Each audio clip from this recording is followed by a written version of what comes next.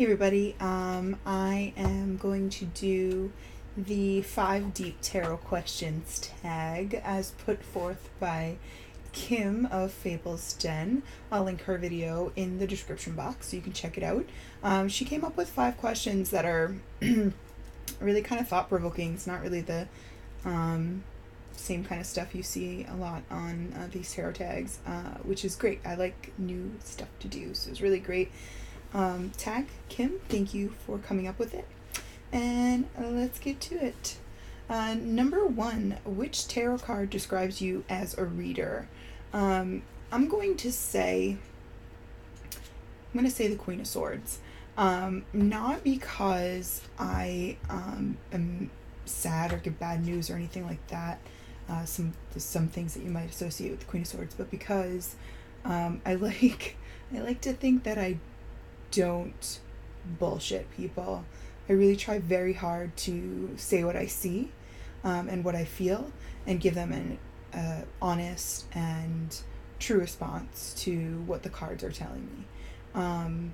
It's not always received the best. I try to temper it as much as I can with compassion. I'm not always good at it, which is why I always call myself the Queen of Swords. But yeah, that's how I would describe myself as a reader.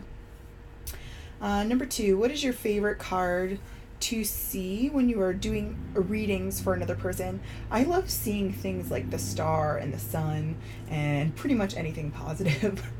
I know that is a shitty answer, but I don't like delivering bad news, so I like when all the cards say, yes, your life is going to be wonderful, and you're going to have 10 of Cups days for the rest of your life, and no, I do. I like to see things like that. On the flip side, though, I do kind of like to see things like the Tower and Death and the Devil, because not because I want them to have a bad experience, but because it gives me something to kind of jump off of too. So like I can work out with them what issues they might be having, and when I see those cards, it kind of gives me an idea that there's kind of something maybe that we need to talk about more, or something that they want to kind of delve deeper into, and so I like those too.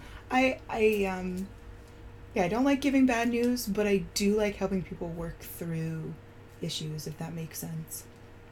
Number 3, why do you practice tarot?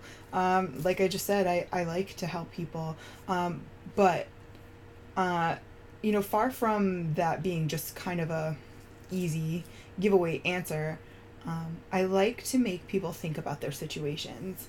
I like when I can give somebody something, some piece of information that they can jump off of, and that you kind of see that working, like, oh, I didn't think about this before, or oh, I didn't see it in that way. And so giving people the ability, they have the ability, sometimes you just kind of need a little kick in the pants, but giving people the ability to think about their lives and think about different ways to see their situation and kind of come up with the answer on their own is really why I like to practice tarot.